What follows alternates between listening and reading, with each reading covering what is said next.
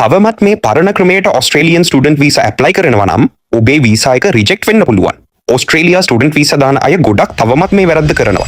ඉස්සර financial capacity පෙන්වද්දී පළමු අවුරුද්දේ බැලන්ස් ටියුෂන් ෆී එක සහ ලිවිං කොස්ට් එක පෙන්වීම ප්‍රමාණවත් වෙන්න තිබුණා. හැබැයි දැන් තත්ත්වය වෙනස්. දැන් ෆයිනෑන්ෂල් කැපැසිටි එක පහත වියදම් ආවරණය කළ හැකි බව පෙන්වීමට සිද්ධ වෙනවා. මේක දැනගන්න කලින් ස්ටුඩන්ට් වීසා ගැන නවතම අප්ඩේට්ස්, රූල්ස් සහ ටිප්ස් දැනගන්න අනිවාර්යෙන්ම අපේ පේජ් එක ෆලෝ කරන්න. පළමු අවුරුද්දේ සම්පූර්ණ ටියුෂන් ෆී එක සාමාන්‍යයෙන් ඔස්ට්‍රේලියන් ඩොලර්ස් 35000යි. වසරකට අවශ්‍ය ලිවිං කොස්ට් එක ඔස්ට්‍රේලියන් ඩොලර්ස් 29710යි. ඕවර්සීස් ස්ටුඩන්ට් හෙල්ත් කවර් එක ඔස්ට්‍රේලියන් ඩොලර්ස් 2000යි. එයා ටිකට් එකට ඔස්ට්‍රේලියන් ඩොලර්ස් 2000යි. එකතුව ආසන්නම වශයෙන් ඔස්ට්‍රේලියන් ඩොලර්ස් 70000යි. ඒ කියන්නේ ශ්‍රී ලංකා මුදලින් රුපියල් මිලියන 17.5ක් පමණ මුදල් හැකියාවක් පෙන්වීමට සිද්ධ විය හැකියි.